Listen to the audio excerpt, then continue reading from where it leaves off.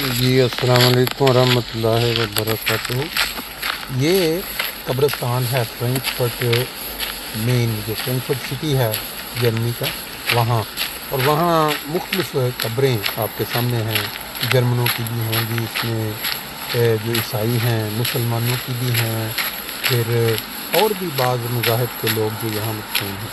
तो ये तसव्वुर कर सकता है कि कोई बदबख्त इंसान जिसको किसी से खिलाफ हो है वो आए और रात के अंधेरे में यहाँ आके ये जो सामने आपके कतबे लगे हुए हैं इनको हथौड़ियों के साथ तोड़ दे, सिर्फ इस वजह से कि ये जो उसके मज़हब के लोग नहीं हैं या इसका जो इनकी जो अकायद हैं वो उसके साथ नहीं मिलते हैं। ये काम पाकिस्तान में हो रहा है और आपको आज की जो ताज़ा तरीन है खबर वो सुनवाते हैं, फिर आप अपने कानों को हाथ लगाएंगे।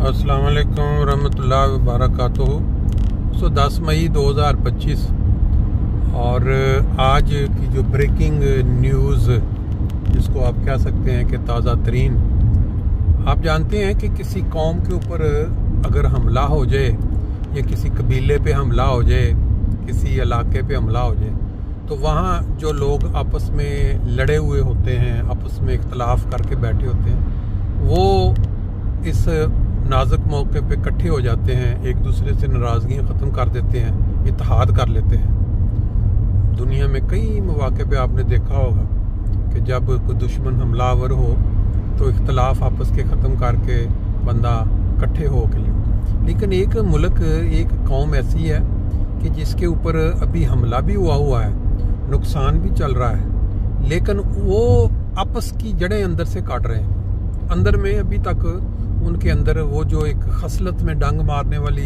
खसलत है ना, वो उनकी गई नहीं है।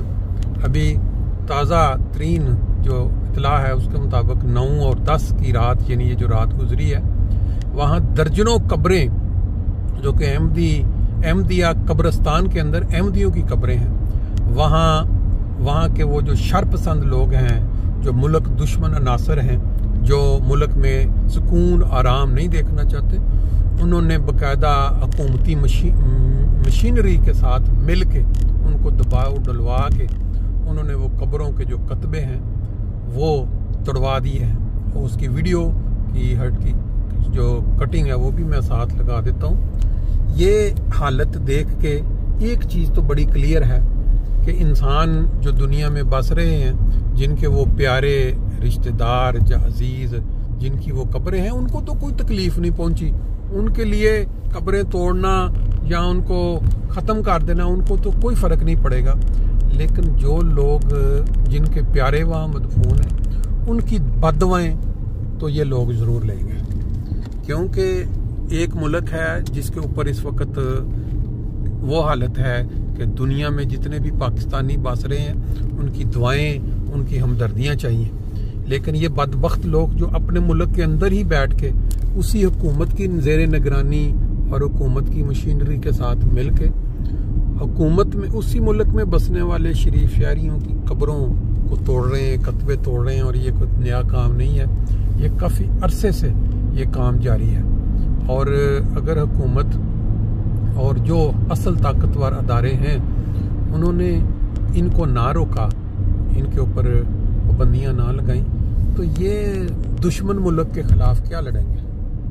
आपस की जो सफ़े हैं उनके अंदर ही अगर दराड़ पड़ी हो तो उन्होंने दुश्मनों के ख़िलाफ़ क्या लड़ना है। और फिर ये है कि बजाय दुआएं लेने के जो बद दुआएं लेंगे तो क्या फ़र्क पड़ेगा। इसलिए हुकूमत वक्त और जो ख़ास तौर पे शरीफ लोग पाकिस्तान में बसते हैं, जिनको अल्लाह ताला ने कुछ सेंस अक्ल दी है, वो अब उठ खड़े हों, वो आवाज़ बुलंद करें कि पाकिस्तान में बसने वाले सारे शहरी बराबर के हकूक़ रखते हैं और उनके जो हकूक़ हैं उनका ख्याल रखा जाए, ना कि इन पालतू जानवरों को इतनी खुली छुट्टी दे दी जाए कि जिस वक्त उनका दिल करे मस्जिदों पे हमले करें, नमाज़ों से रोकें लोगों को।